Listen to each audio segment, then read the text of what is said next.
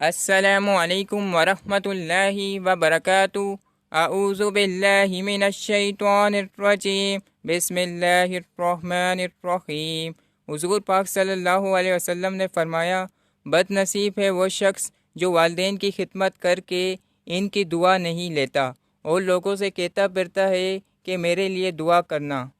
بد نصیب ہے وہ شخص ہے جو فجر کے وقت سویا رہتا ہے اور لوگوں سے تنگی رزق کا شکوہ کرتا ہے۔ بد نصیب ہے وہ شخص جو نماز عشاء نہیں پڑھتا اور دعاؤں میں پرسکون نیند تلاش کرتا ہے۔